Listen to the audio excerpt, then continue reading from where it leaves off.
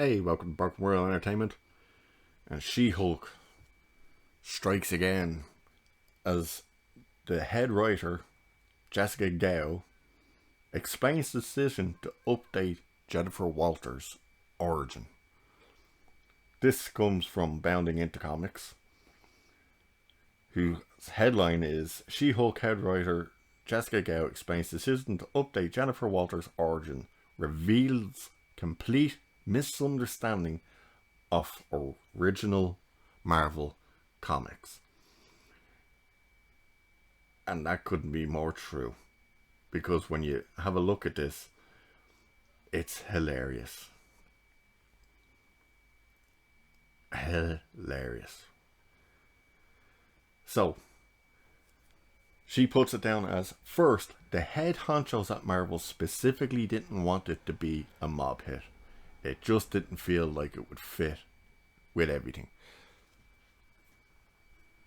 In the original comic book, Savage She-Hulk, issue 1, which came out in 1979, Jennifer Walters was shot by the mob.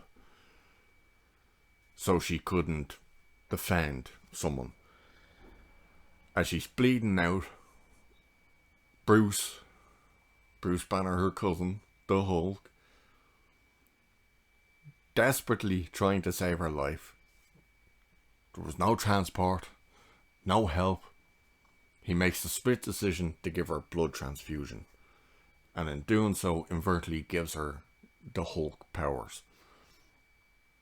To hear the head honchos at Marvel specifically didn't want it, well, no kidding, because you can't have a man give power to a woman. That's just a big no-no nowadays with Marvel. So, I love this. Wait till you hear this. On a personal level, Gao noted that she supported the origin change because, for me, having watched this Bruce Banner, this Hulk, through all the years and all the different MCU movies, it just felt like we saw him be really tortured by this. Really. It's not a gift, she urged. He really saw it as a curse. It forced him to not have any relationships. He spent several years like really, really tortured by it and not viewing it as a good thing. And it took him that long to get to a place where he can just accept it and learn to live with it. So, you remember how they've tweeted out, and IMBD tweeted out, I think I said that right, I don't really care, that one scene where Hulk is trying to explain to Jen how she's going to have to learn to control her anger. And you get that whole speech from her as, oh, I'm great at doing that because I get catcalled and I have men explain my work to me and I could just get murdered. And then she kind of loses it and I control my anger infinitely more and better than you. Making Hulk out to just be an idiot who can't do anything. And yet you have here the head buddy writer saying, oh, well, you know, he was so tortured. So she's like, oh, she could get catcalled. And that could make her Hulk out. Bruce tried to delete himself. He put a gun in his mouth and pulled the trigger, but the big guy spat the bullet out. He was abused by his father, like his father bet him when he was a child. He saw his father murder his mother right in front of him. His first love, I'm pretty sure she died, but her father, with the might of the military, tried to kill him. The second person he loved, Black Widow, Natasha, died. He left the planet for 2 years. Like, but it's okay because she might get called sweetie or something on the street. And then they just go on to say, from a practical angle, we just need to be able to start the origin story very quick. I didn't want to have to spend half an hour setting something up. If you do a mob pit, it's like, well, then why? What happened? Let's just get to the meat of everything. So they just wanted to take shortcuts. And then she puts in, and also the nature of making it an accident takes a lot of pressure off of the guilt that Bruce would feel having given this to Jen. So what? The 1 or 2 drops of his blood falling into a cut on her arm, giving her this power. That's not meant to make Bruce feel guilty. And obviously he doesn't, because once he finds out very, very quickly that, oh, she's still Jen when she becomes She-Hulk, he flat out says it in there. He's jealous. It's jealousy he feels.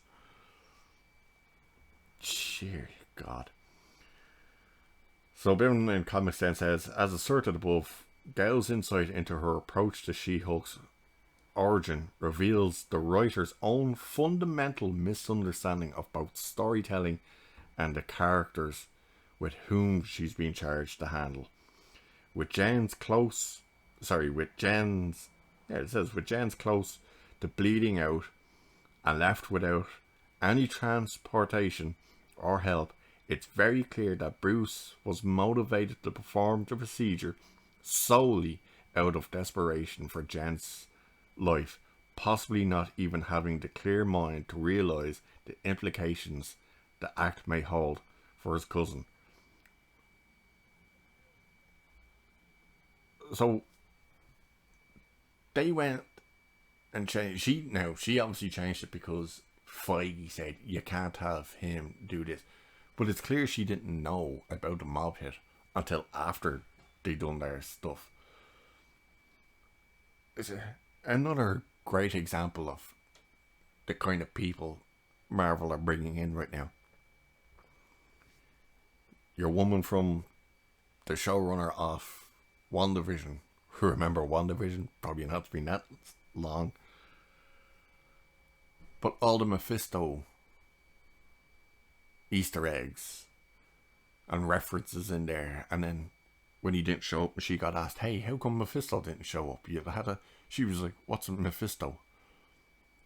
It's like all the references from the comics you put in there, and she was like, "Oh, I never read the comics. I couldn't read comics. I couldn't figure out how to follow the paneling." We had the original director of Black Widow walk away from the project, and she flat out came out and said, "Yeah, I walked away because I was told I didn't get to direct the action scenes and stuff. I was basically hired to direct the talking scenes." And she was like, "Yeah, nuts to that." And now here we have Jessica Gao, who's been spewing out some bullshit as well with her whole, "Oh, the bad CG is people's belief of ownership over women's bodies." What? And now here you have her explaining, "Yeah, I don't actually understand how Jen got her power, so we just put a couple of drops of blood." Idiots. Really shows why this show is terrible. It's a trash fire. Alright. Until the next time. Cheers. See you in the next one.